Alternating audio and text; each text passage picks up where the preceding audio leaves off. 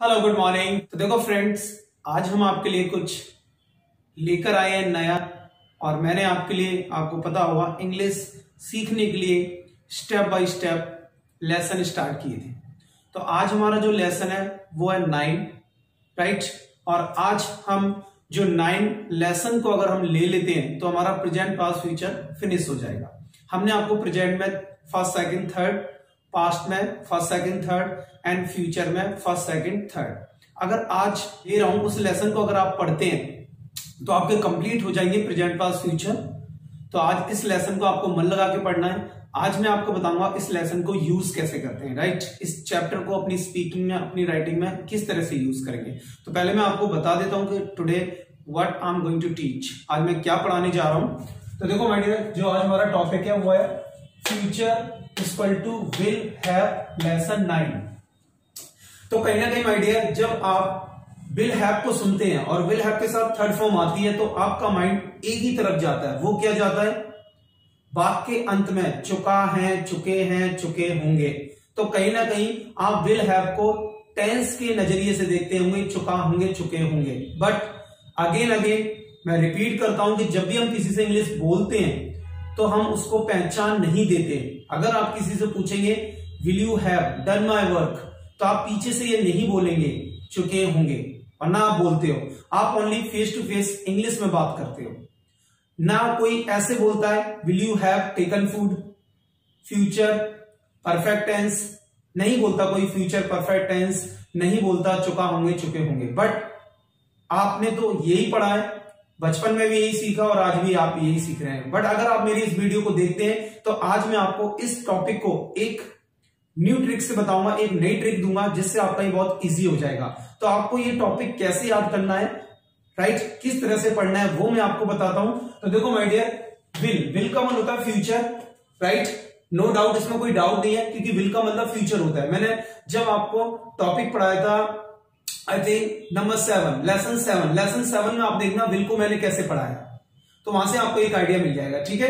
अगर आप lesson 1, lesson 2, lesson 3, lesson 4 A to Z till the 9, अगर आप 9 लेसन मेरी वीडियो को देखते हैं तो प्रेजेंट पास्ट फ्यूचर में भी आपको कभी भी दिक्कत नहीं होगी, क्योंकि मैंने 9 चैप्टर बिल्कुल प्रैक्टिकली पढ़ाए हैं, नो टेंस नो ग्रामर कहके, ठीक है।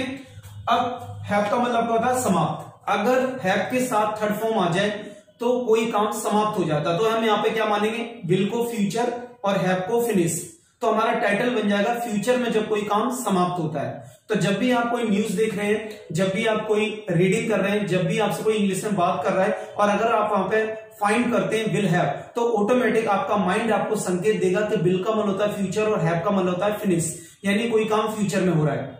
फिनिश क्या हो रहा है? फ्यूचर में फिनिश हो रहा है, ठीक है। तो बट आपको ध्यान रखना है विल हैव के साथ क्या होना चाहिए?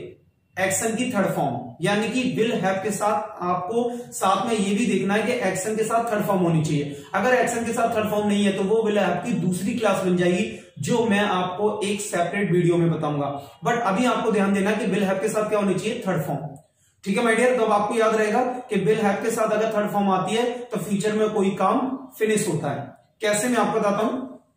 तो करने वाला कौन होता है? डूअर। जैसे मैंने आपको बताया था कि हमारी क्लास में अगर आपको doer, time word, action and other word, अगर आपको नहीं पता तो आप लेसन फर्स्ट में जाइए। लेसन फर्स्ट में हमने बताया डूअर क्या होता है, time word, action and other word, ठीक है।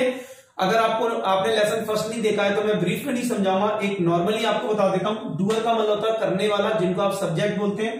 टाइम वर्ड का मतलब होता है समय, प्रेजेंट पास्ट फ्यूचर, जिनको आप हेल्पिंग वर्ब बोलते हैं। एक्शन का मतलब होता है क्रिया, जिसको आप वर्ब बोलते हैं। और अदर वर्ड, जिसको आप ऑब्जेक्ट, कर्म, हम अदर वर्ड बोलते हैं, ठीक है। तो डूअर करने वाला होता है, तो डूअर ही कोई ना कोई काम फ्यूचर में फिनिश करेगा। तो डूअर का मतलब होता है आई, मींस आई मतलब होता है फर्स्ट, यानी कोई भी हम काम करते हैं तो फर्स्ट से स्टार्ट करते हैं। वैसे भी कोई चीज पहले से ही स्टार्ट होती है, डायरेक्ट दूसरे तीसरे से स्टार्ट नहीं करते हैं। I will have gone to Agra, I will have gone to Agra, क्योंकि एक्शन की थर्ड फॉर्म क्या है? गॉन। तो गो को हमें किसमें कन्वर्ट करना पड़ेगा? गॉन में, क्योंकि हैव जब भी आता है, आपने नोटिस किया होगा, अगर हैव के साथ कोई भी एक्शन आता है तो हमेशा थर्ड फॉर्म लेके आता है। तो आज आपको ये भी सीखने को मिल रहा है कि फ्यूचर में थर्ड फॉर्म क्यों आता है, क्योंकि फ्यूचर में थर्ड फॉर्म इसलिए आ रहा है क्योंकि हैव आ गया। और हैव जब भी किसी एक्शन के साथ आता है तो गांठ बांध लो, हैव के साथ हमेशा थर्ड फॉर्म आती है, चाहे वो प्रेजेंट में आए, चाहे फ्यूचर में आए, चाहे पास्ट में आए। अगर वो कहीं पे भी हैव आता है, बट हैव के साथ क्या होना चाहिए, कोई एक्शन होना चाहिए, तो थर्ड फॉर्म कंफर्म है। तो यहां पे हमने बोल दिया I will have gone to Agra, यानी मैं आगरा जा चुका होऊंगा, यानी आगरा जो जाने का काम है फ्यूचर का वो मेरा फिनिश हो जाएगा। ठीक है, फिर कुछ सेंटेंस हम बोलते हैं, जैसे मैं खाना बना चुका होऊंगा, यानी आप फ्यूचर में कहना चाहते हो कि मैं खाने का काम फिनिश कर दूंगा। तो आई will have cooked food, I will have cooked food, क्योंकि जो थर्ड फॉर्म है वो जो थर्ड फॉर्म है वो 90%, यानी जो थर्ड फॉर्म है वो 90% आप ईडी से बना सकते हैं, यानी कि किससे बना सकते हैं, थर्ड फॉर्म 90% ईडी से। जैसे कल मैं पढ़ाने का काम कर चुका हूंगा, आई विल हैव टॉट, मैं पढ़ा चुका होऊंगा, आई विल हैव टॉट। मैं क्रिकेट खेल चुका होऊंगा, I will have played cricket. मैं गाना गा चुका होऊंगा, आई विल हैव संग अ सॉन्ग, यानी कि सिंग की थर्ड फॉर्म क्या होती है, संग, आई विल हैव संग अ सॉन्ग। मैं जूस ले चुका होऊंगा, I will have taken juice, I will have taken juice. मेरे साथ सेंटेंस आप प्रैक्टिस करेंगे, अगर आप मेरे साथ बोलेंगे तो डेफिनेटली आप भी स्पीकिंग कर सकते हैं, क्योंकि इंग्लिश लिखने से नहीं बोलने से आती है। तो मैं कुछ सेंटेंसेस बोलूंगा, आप मेरे साथ बनाना। जैसे मैं कॉलेज जा चुका होऊंगा, तो कैसे बोलेंगे, मैं कॉलेज जा चुका हूंगा, यानी आप फ्यूचर में कॉलेज जाने का काम फिनिश कर रहे हैं। I will have gone to college, I will have gone to college. मैं कल जल्दी उठ चुका होऊंगा, I will have get up, get up का मतलब होता है जगना, और गॉट अप मींस फ्यूचर में कोई काम आप फिनिश कर रहे हैं, यानी काम आप जगने का खत्म कर देंगे। तो कल मैं जल्दी जग चुका होऊंगा, I will have got up early tomorrow, I will have got up early tomorrow. कल मैं कार खरीद चुका होऊंगा, यानी आप सामने वाले से कह रहे हैं कि कल जो काम है ना मेरा कार खरीदने का वो फिनिश हो जाएगा। आई will have purchased a car tomorrow, I will have purchased a car tomorrow. तो कहीं ना कहीं आप आई विल हैव कह के वो इंग्लिश बोल सकते हैं जो आने वाले समय में आप फिनिश कर रहे हैं। फिनिश मींस समाप्त। अगर आप अपने लिए ना बोल के किसी थर्ड पर्सन के लिए बोल रहे हैं, किसी तीसरे के लिए, तो आप आई के साथ कोई थर्ड डूअर यूज कर सकते हैं। जैसे he will have purchased a car, यानी वह कार खरीद चुका होगा। जैसे आपने बोल दिया यार कल तो इंडिया जीत जाएगा, यानी कल तो इंडिया जीत चुका होगा, यार मुझे लग रहा है कल इंडिया जीत चुका होगा। जैसे कोई टेस्ट मैच चल रहा है और टेस्ट मैच कल खत्म होने वाला है, तो आपको पहले से ही पता है कि कल टेस्ट मैच खत्म होगा, बट जो इंडिया की कंडीशन है बहुत अच्छी है, तो आप बोलेंगे India will have won the match tomorrow, India will have won the match tomorrow, कल इंडिया जीत चुका हुआ है। यानी आई की जगह ही, शी, नेम, फादर, मदर, आप कुछ भी लगा सकते हैं आई की जगह। तो आपके लिए एक बढ़िया न्यूज हो गई कि आप फ्यूचर में विल हैव सबके साथ यूज कर सकते हैं। Will have equal to all doers, यानी ऑल डूअर का मतलब सबके साथ। अगर आपको बोलना हो कि मेरे फादर आ चुके होंगे, यानी आपके पापा कहीं गए हैं और आपको कल पता है कि वो इतने बजे तक एयरपोर्ट या दिल्ली रेलवे स्टेशन पे पहुंच जाएंगे, यानी कोई ना कोई काम आपको पता है कि फ्यूचर में खत्म होगा पापा के आने का, तो आप बोल सकते हैं my father will have come tomorrow, क्योंकि कम की थर्ड फॉर्म कम ही होती है। तो कैसे बोलेंगे, my father will have come tomorrow.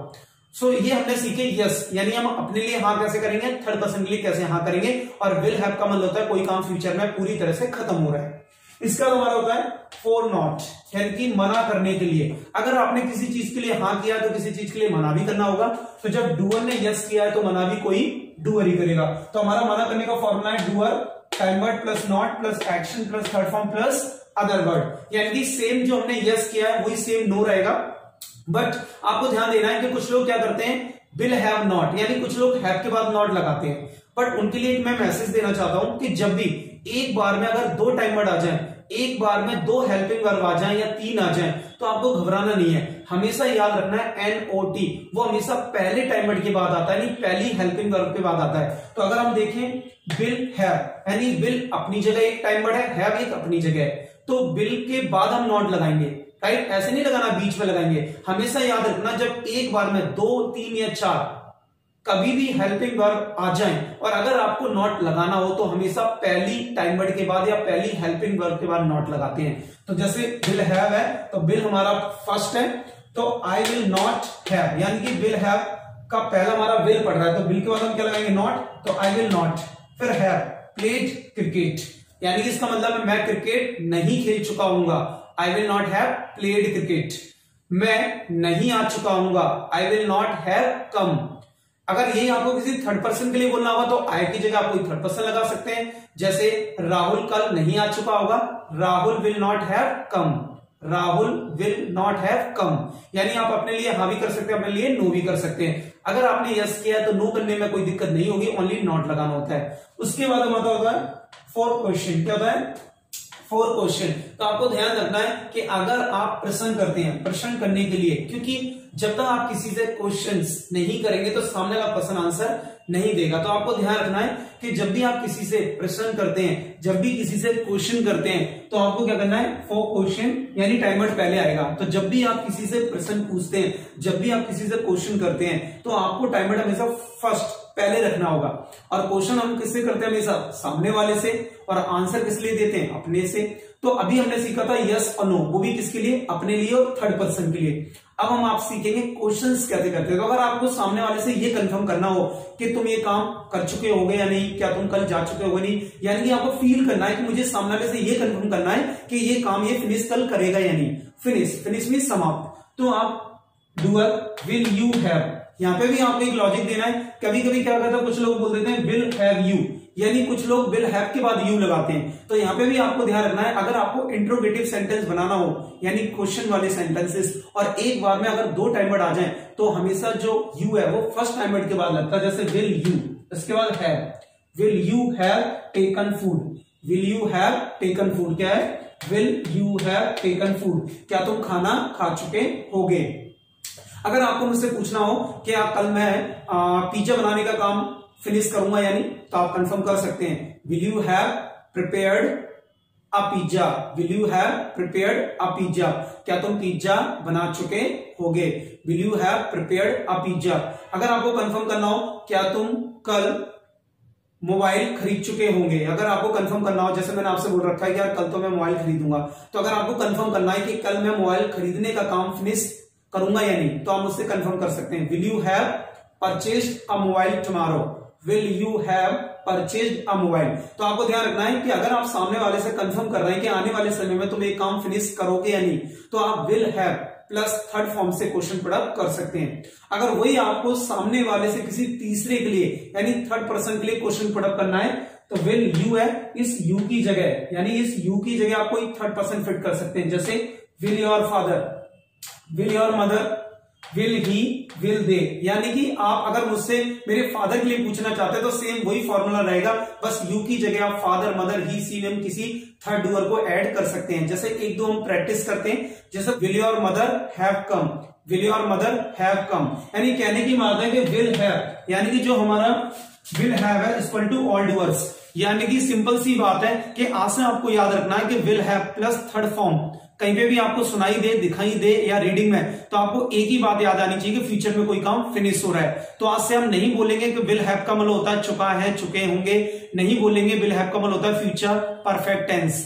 आज आपको सिंपल याद रखना है will have plus third form का मतलब होता है कोई काम फ्यूचर में समाप्त हो चुका है। तो आई होप, मुझे लग रहा है ये क्लास तुम्हें समझ में आई होगी और आपको अच्छी भी लगी होगी।